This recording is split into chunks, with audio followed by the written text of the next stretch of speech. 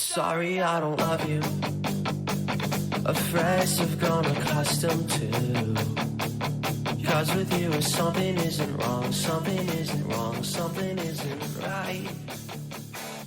I wish you could be. Hey everyone, welcome to Geekdom is back, as is Scott Fugger. We are going to be talking about Iron Man Extremis by Warren Ellis, and hopefully I'm going to pronounce this correctly, Adi Granov, who is the artist on the arc. But before that, I want to quickly make a little personal announcement here. I have started working on the fan-sided website Whatever a Spider Can as an editor. So basically it's actually a site expert position, but really it's just an editor position, and it's an all Spider-Man website. So I'll be talking about the movies, the comics, the TV show, which apparently is going to be ending shortly on Disney XD. So, might not have as much TV stuff coming up, but I certainly plan to get the site going again. I just launched that last week. So if you want to check it out, I'll have a link in the show notes.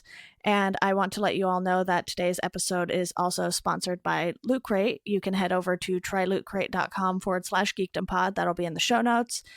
And if you use code BRIDGE10, you'll get 10% off. Again, also will be in the show notes, so you don't have to remember any of that. But I'll tell you guys a little more about Loot Crate and what they're offering about halfway through this episode. But right now, Scott, how excited are you to be talking about this Iron Man story arc? I'm really excited. This is my first real encounter with Iron Man, I guess, outside of, just knowing who he is. And I think I saw maybe the first movie or two. But I tend to go through Marvel Unlimited, see what's kind of popular, maybe Google best character runs and stuff. And this seemed to be towards the top, and I really enjoyed it. So I'm excited to talk about it. Yeah, we did our episode before on Marvel Unlimited where we sort of broke down the service and went through what we liked and didn't like about the service. Not necessarily didn't like, but just what we thought they could improve on in the app and everything like that. And honestly, I haven't read too much Iron Man, really. I feel like I've read quite a bit of Spider-Man, and then it's sort of all over the place with some newer characters like Miss Marvel and Unbeatable Squirrel Girl, and we have, All New Wolverine, which is a female Wolverine, so it's not some of the more typical stories that I've been reading, or even some of, like you said, these best of runs on certain characters. So when you suggested this, I was like, yeah, no, I can get into that, because I haven't read too much about the character, even though with the movies and everything, obviously Iron Man's fairly well known these days. For sure. Yeah, I guess this was also kind of like, a literal physical rebirth, as we'll get into afterwards, but it was kind of a rebooting of the series as well for Marvel. So it makes sense to start here in the modern age, I guess. Yeah, and why don't we go ahead and just start off with issue 1. We don't necessarily need to break this down issue by issue, but I think issue 1 really sets the tone for what to expect in this story arc, because it doesn't necessarily feel like an Iron Man story. You have a lot of time with Tony outside of the suit, and that includes an interview he does with John Pillinger, who is a documentarian. And it's sort of this tense interview too, because you can feel Pillinger pushing back every time he asks a question. And it's almost like Tony is on the stand in a courtroom, because he's just asking him question after question, and basically Tony gets out a yes or no and never gets to finish his explanation or expand on any of his answers. Yeah, the first time I read this, I was, I couldn't really tell. Well, the first time I read it, actually, I, felt like Tony had no idea what he was walking into when he, agreed to the interview. But this time around, the second time, like, I kind of quickly went through it before the episode. He mentions, that he, like, really, he's followed Pillinger's work, and he, like, appreciates, all the sort of contributions he's made as far as exposing, horrible things going on in the world.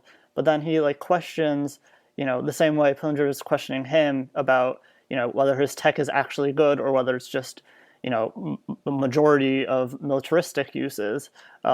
Tony, questions him like, yeah, you're really well known and you're spreading all this information, but the average person doesn't really know that much about you, and like, have you actually made a change in the world?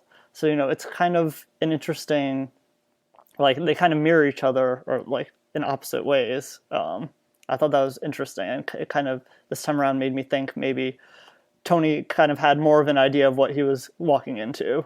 Yeah, and we don't even see him suit up as Iron Man until the very end of the issue, when he sort of just puts his suit on and takes off, more so for fun than for any actual real purpose. It's like he just wants to get out and sort of fly around and forget about a bunch of things. And what I found really interesting about this is he ends up meeting up with Maya Henson, who is someone he met, however many years ago in a pub. And she is also brilliant like Tony. So I think having the two of them together for a good chunk of this story arc too gives a little bit of a push and pull between the two characters, because, by the end, Tony's starting to figure out everything that's gone on with her, because she hasn't given him the whole truth right at the beginning, but he just knows that she's in trouble.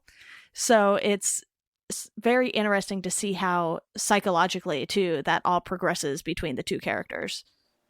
For sure. And yeah, so I guess, summarize a little more. Basically, Maya was the one who created the Extremis serum, I guess would be a good word for it.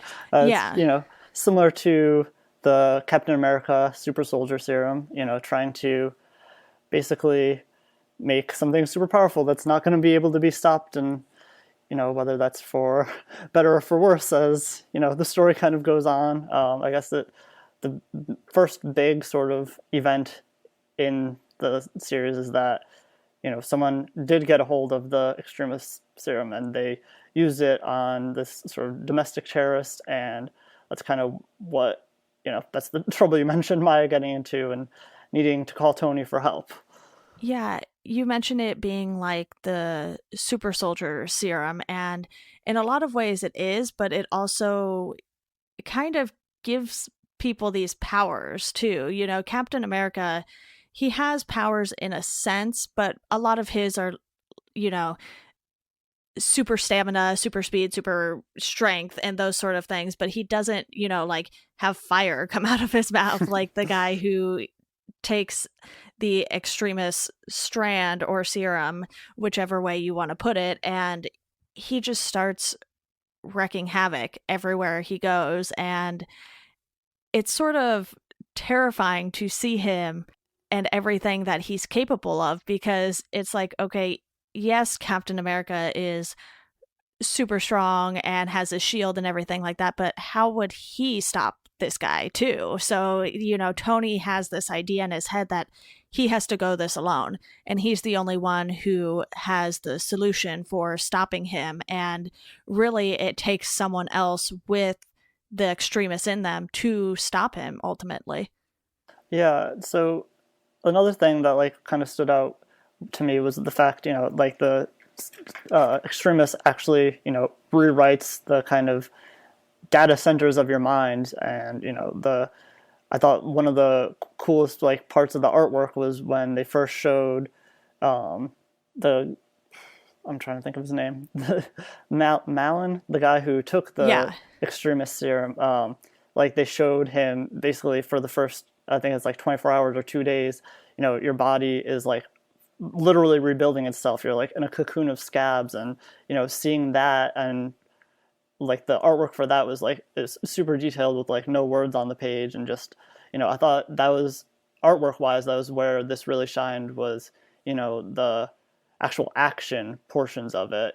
Yeah, there were a lot of pages like that too, so I'm glad you brought that up, because the art really did stand alone in some places, because there were times in the issues where you'd have a few pages with no words at all, and it was just this visual representation of what was going on. And I think that made the effects of Extremis more powerful too, because you're seeing this process happening and it doesn't need any words attached to it.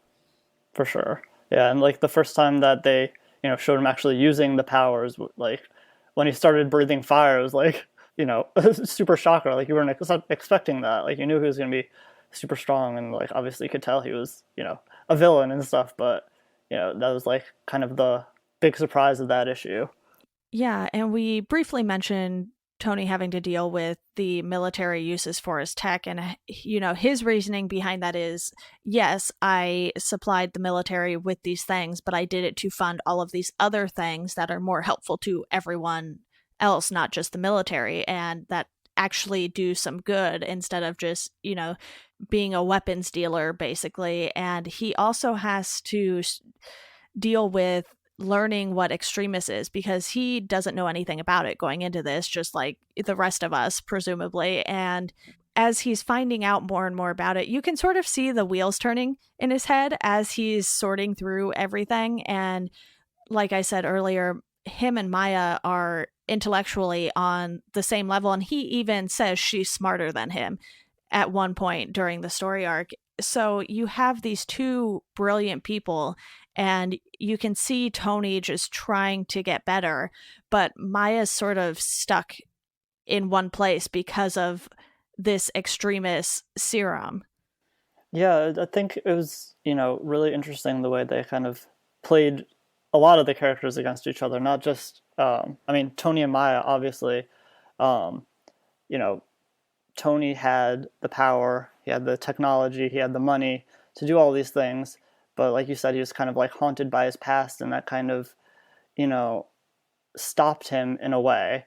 Like the Iron Man suit, he was originally, it was supposed to make people better, but it kind of turned into just like his pet project. And that's kind of also one of the things he has to deal with. And then, Maya she has like the skills, the smarts, the vision, but, she doesn't have the money to, like they say, at one point she said, I could cure cancer in 4 years, but she doesn't have the money. So that's why she's been focusing on the Extremis. That's why, there's like so many things that she knows she can do and she wants to do, but she just doesn't have the ability to the way Tony does. Yeah, and Tony only has that ability because he has been doing all of the military applications and everything like that just to get money to do those things. And she's doing the same with Extremis, but she takes a turn when her and her boss basically let it be stolen. And, it's out on display for everyone to see what can happen with it, but it's not in good hands like Tony feels his Iron Man suit is. So you have that, and then you mentioned the suit and everything, and I just want to make a quick note that they do a throwback to the very first Iron Man suit. And, it's this real clunky thing, and it doesn't look nearly as nice as the current suit, or even what the suit looks like after Tony goes through the Extremis process. So it's just a nice nod to everything that Tony has become since that first suit. Yeah, for sure. And like, I thought it was really cool also that they did that, went through that origin story right after he had taken Extremis himself. He didn't have the power to defeat it on its own, so he took it. He literally became one with the suit, and as he was going through that healing process, his body was like regenerating itself. It was showing how he did that years before, like with the original Iron Man suit, and I thought that was a really cool kind of parallel, and it made the origin story feel like an addition to the story rather than like, oh, this has to be here just so everyone knows how it started, but here you go again, just like we have to do this. Like it really made it more of an original and fitting way to put the origin story in there. Yeah, plus with Iron Man, we haven't seen his origin story quite as often as a character like Spider-Man or Batman, who we've been bashed over our heads with their origin stories, basically, because it seems like we've had them in the movies so often, TV shows, comics, what have you. They're kind of always there, even though maybe at this point they don't need to be. But with Iron Man, I know we saw some of his origin in one of the films and everything like that, but the way they implemented it, because he's in the process of going through Extremis, he can't do anything else. He's literally like in this cocoon of scabs, I believe is how Maya described it. And unless you just do a time jump like 24 hours later or however long it was, I'm pretty sure it was only a day later because Maya did mention that it was too fast of a process for him and it's supposed to take about 48 hours. But instead, you sort of fill that gap with Tony having this memory of, or we get this flashback of Tony doing this for a specific reason, which is really to save his own life because he has a piece of shrapnel stuck in him that's dangerously close to his heart, and he has to put together this magnet sort of thing to keep it in place, and it's something slightly beyond my understanding. So it's one of those things where you're amazed at the lengths he goes to save his own life, and then he realizes he can save other people's lives, but he has to do these other things before getting there, which is what Maya realized as well. So there are certainly lots of parallels all over the place with, you know, Tony's origin, the Iron Man origin, basically, and even just between Tony and Maya themselves. For sure. And, you know, another thing we didn't fully dive into yet was the sort of origin of Malin. He, I guess, was basically, it kind of went through it quickly, but he was kind of like part of a like domestic terrorism sort of compound when he was a kid or something. And like the government was trying to, you know, put a stop to it and ended up, you know, shooting potentially his mother right in front of him. And so that was his sort of origin. Yeah. And at one point, like during the final battle between Iron Man and him, you know, Tony's saying like, Malin says, you know, like the government killed this one person, now I'm killing everyone else. And it was kind of like the opposite of what Iron Man did, where he had to kill people to save himself during his origin story, but now he's doing everything he can to save people's lives. Yeah, I want to get your thoughts on what you think about Tony really becoming one with the suit, because in, I believe it's Iron Man 3, we sort of get more of the advancements that Tony has come up with his suit. And it's one of those things where it's crazy how much he can do with the suit once it's basically tied into his brain function.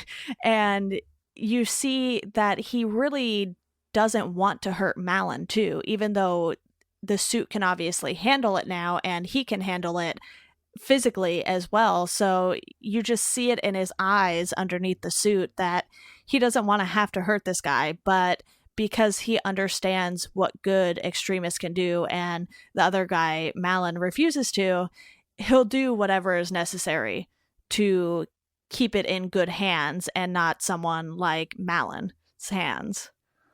Yeah, I think it was, you know, I think him, you know, getting that sort of like absorbent amount of power where he can essentially do anything, I feel like that is kind of what, it's a big step in him coming to peace with his past. It's like now that he knows he can do anything and he decides, you know, he tries his hardest not to kill Malin. He, you know, it's kind of validation for him that like, yes, I'm a good person. I might have done bad things in the past. My technology might have horrible uses, but as a whole, I'm trying to advance the world. I'm trying to make the world a better place. I'm trying to save people's lives. I think it really, you know, just kind of hammered that home in his own head, because that was, you know, in the first issue, he was like, I can't even look at myself in the mirror. And by the last issue, he's like, yeah, I've done bad things, but I can look at myself in the mirror tomorrow because I know I'm a good person.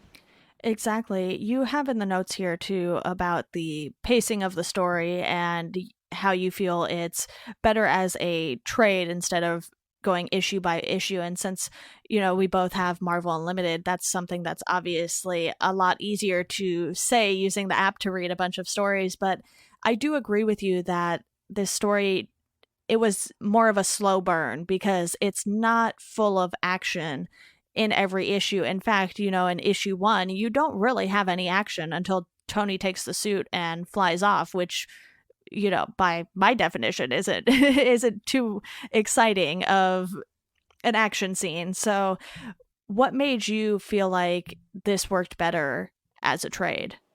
Yeah, I mean, like I said, or like we said earlier, the action scenes, they really shine artistically, but they also don't have a lot of dialogue or exposition in that way. So I feel like that makes those scenes, obviously you take the time to take it in, but it also kind of makes them pass quicker because there's not a lot happening other than the imagery. So I feel like that's part of it that kind of makes it, feel like it goes really quickly. And then, the other part is like there's obvious like steps to putting the story together. I mean, with any story, there's like a beginning, a middle, end. But I feel like they kind of flow together more in the story, maybe. In like, but I don't know. They kind of like, it slowly builds. It's like Iron Man, or it's like Tony being confronted with his past. Then Extremis starting to happen, and then I feel like it's kind of, I don't know. I feel like I'm not speaking very well right now, but I totally get what you're getting at, basically. And, him and Maya actually go visit an old professor, I believe it is, too. And that's not, the most thrilling of scenes or anything by any means, but it's important to the storyline because, he makes all of these points. I believe his name was Sal. And Tony's just flying his jet everywhere, kind of showing off his jet and the fact that he can have his car taken anywhere via another jet too. So it's one of those things where it feels like, if we were to have Better Call Saul or a show like that in comic book format, it would certainly be a slow burn every issue, but when you put it all together, it makes perfect sense and the story definitely feels complete. And that's how I feel with this. And there actually was a novel adaptation of this, so it would be interesting to see how long that is, because I feel like you said, a lot of the pages here don't have dialogue, and it was released as a novel to tie in with Iron Man 3 and go with, like I said, all of the updates to the suit there, even though it didn't seem quite as advanced as the comic book. But I'm pretty sure I've mentioned this in other comics related podcasts that I've done. Sometimes you can't do exactly what the comic books show on the big screen or the small screen, because with comics, you're drawing on a piece of paper. So literally anything an artist and writer can imagine together can be put down on paper. But the same cannot be said for film and television, because you have to, have these things either built as props or CGI or something like that. And it's a bit more difficult than just putting, a pencil to paper and sketching out something and coming up with these crazy designs and these crazy things that the suits can do and everything. For sure. And also, like, I feel like this is kind of one of the, it skews towards the darker side of Marvel. Like the action scenes are pretty bloody at times, and yeah. That doesn't really jive with the Marvel Cinematic Universe. It does a lot more with the Marvel Netflix universe, though. So there are certainly those shows that have that darker element to them. And while Iron Man isn't something I'm ever expecting to see on Netflix, you do get glimpses of that in specifically Tony's fight with Malin, too, because that is just so brutal by the end. It's actually really surprising how brutal it gets. Like you said, it's a lot darker than a lot of things. And, this comic started back in 2004. So it's not going to feel the same as comics today. And that can be said for pretty much any decade of comics. If you go back and read the very first issue that Spider-Man appeared in, there's going to be a ton of dialogue in comparison to today. And the same with the very first issue of Iron Man. So it's just one of those things where I kind of wish Marvel would just release like original graphic novels, which is something, they put everything out in trades, but that's not quite the same, because some publishers, it's mostly smaller publishers, they'll let writers and artists just publish a full comic in trade form, basically, and not have it release issue by issue and have that month-long wait. And I don't know what comic book sales were like in 2004, but it's one of those things where you could probably get a lot more people to buy certain stories if you just release it all at once. For sure, yeah. I think, like you kind of mentioned a comparison to like Better Call Saul, or a really like character-driven show. I think Yeah. like that's part of what drew me to this once I read it. But yeah, like you said, definitely those things, like a lot of TV shows like that lend themselves to being binge watched. Like this comic, I think definitely lends itself to being read in, sittings close together rather than, Or just like a one. month apart. Yeah, yeah. So I definitely, I think it would be better as it would work more as like a cohesive piece rather than as like 6 separate pieces. Yeah, and I pretty much read this in one sitting. I definitely read it all yesterday, and we're recording this on Tuesday, January 16th here. So I read the whole thing yesterday, whether or not I took a break here and there just because I was in the middle of something else or what have you. That probably happened, but still, getting through it in one day made it, I feel like, more memorable too, because you get everything all at once and it just sort of has this big impact by the end. And I know this creative team isn't on issue 7 and going forward, so I don't know if I'll continue reading the run or not, but it's definitely a great mix with this creative team because, we already talked about the art a bit, but what do you think about Warren Ellis's writing on this? Yeah, I really enjoyed it. I thought, like I was saying before, I feel like there were really good, parallels between the characters and like kind of growth within each character's arc. I think pretty much all of the characters had kind of like they had good intentions, but they had, some sort of issue that, stopped them from being fully realized. Like Tony he has like the power, he has the ability to do kind of anything he wants, but he's kind of scared, or he's kind of, haunted by his past. He has a hard time, coming to terms with the fact that his stuff has been used for, horrible things. And then, Malin, once he took the Extremis, he had all the power. He could have been doing the same stuff Iron Man's doing, trying to save people and trying to, use his powers for good, but he had kind of he had malice behind it. He had evil intentions. And then, like I said, she has like the skill, she has the ability, she has the vision, but, what's stopping her is the budgeting side of things. And then, even the documentarian Pillinger, he has the vision, he has the knowledge, he's able to like show that to people, but he doesn't really have the power to influence the world. He can show the world what's going on, but he can't actually make a physical change himself. So, I think it's really, cool how all of these characters kind of relate to each other, but they all have their individual flaws that prevent them from fully realizing their dreams. Absolutely. Plus, what Ellis does is he pushes Tony to the edge. He's literally on the brink of dying if he doesn't get the Extremis in him soon. So it's one of those situations where, okay, we're, 4 or 5 issues in at that point. Do you really kill off Tony Stark that soon into a new Iron Man run? Yeah, that would be pretty ballsy.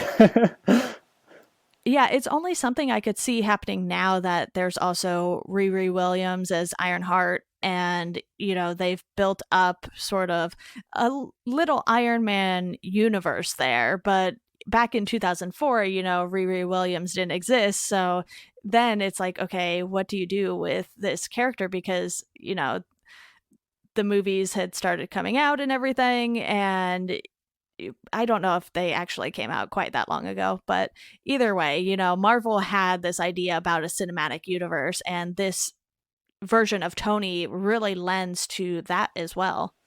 Mm-hmm, for sure. Yeah. And, I think kind of something that I thought was interesting in it, sort of every time I feel like what I know of Iron Man, like I said, my experience with it is kind of limited, but most of what I've seen, he is Iron Man as to like he's Tony Stark and he's Iron Man. He's like kind of a public figure in that way.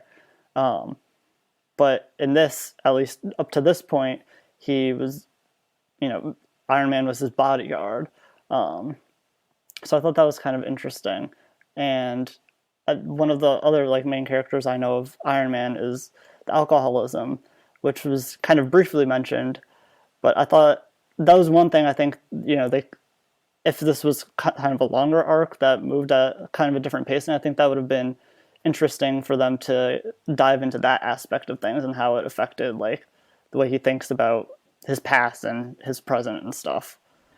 Yeah, and because I haven't read too many Iron Man comics, I don't know what happened leading up to this run, because this was a fresh start on the Invincible Iron Man, and you can tell something has happened with Tony because, like you said, it's clear he was an alcoholic but is not drinking anymore, and he's been spending a lot of time in the garage. So it's like, okay, what happened here to where he is acting this way? And Tony's always been a little odd, but he's also fairly outgoing in the movies too. Like, he really likes the attention, and here it's like he really doesn't, but there's still that core to Tony Stark in him that we see throughout all of his appearances in the cinematic universe. Well, is there anything else you want to talk about before I tell the listeners a little more about Loot Crate? So it's more at the end of the episode here, because I totally forgot to do it midway through. I think sort of the last thing that I had was just a funny tidbit that made the run seem a little bit dated. Tony was at one point talking to the other like high ups at Stark Industries and talking about how he'd been working on this fantastic new cell phone, and someone mentioned, oh, it'll make Nokia shake in their boots because it was before the iPhone even came out. Yeah, so, yeah. I thought that was pretty funny. Yeah. Well, we'll wrap up right after I let you all know a little more about Loot Crate. So basically, Loot Crate offers a subscription box where you can get a bunch of different pop culture items. They have apparel, licensed gear. You'll get Funkos every once in a while, or something similar to a Funko, because now Funko has all of their own boxes and everything like that. But it's really great for the pop culture nerd in your life, or geek if you prefer, since this is Welcome to Geekdom. And you can save 10% on any new subscription at trylootcrate.com/geekdompod, and you enter code BRIDGE10 for that. Like I said at the top of the episode, we'll have that in the show notes and everything, so you don't have to memorize that. And another one of the features that they offer within the box is for less than $20, you get 6 to 8 items. So, those items I mentioned, it's less than $20 plus the shipping. And then you have until the 19th at 9 p.m. Pacific of every month to order that month's box, and you'll get a variety of things in there. It's not going to necessarily be a single theme for the box, so you'll get a good mix of things. And again, 10% off if you go to our link in the show notes here. So I just want to say thank you to Loot Crate for sponsoring the episode. My apologies that this was not in the middle of the episode, but we're going to wrap up with Scott now.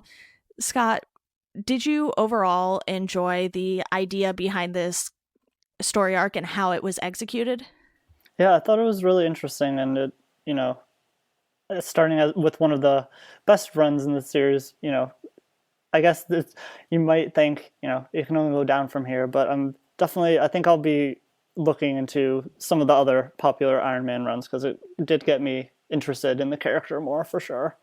Yeah, and it helps when you have a familiar writer like Warren Ellis, because he has done so much with various comics that, it would kind of be hard to not know his name, I feel like, if you read comics at all, especially if you read, the big two, DC and Marvel. So definitely familiar, and I had heard of the artist before too. He's popped up here and there probably when I was adding a million things to my Marvel Unlimited library. Yeah, I'll definitely be looking into that as well because, like I said, especially those action scenes really blew me away. And I'm not always super into the art as much as I am the storylines, but yeah, I really enjoyed that as well.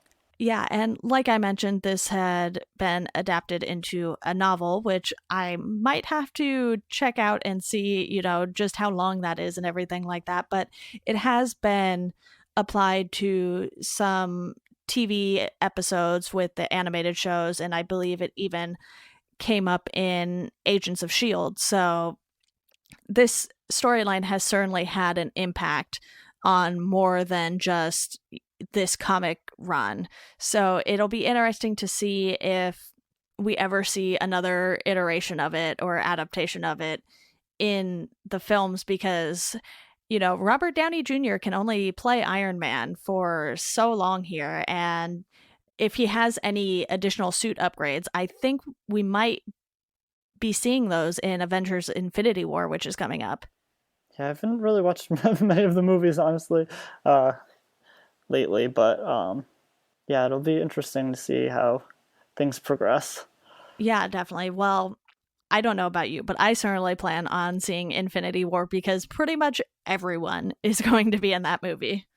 Yeah, I probably should play catch up at some point with however many movies there are now. Yeah, I think the only one I have yet to see is Doctor Strange, which I'm sure I'll do before the Avengers movie just because he appeared in Thor Ragnarok and I believe he's appearing in Infinity War in a bigger role.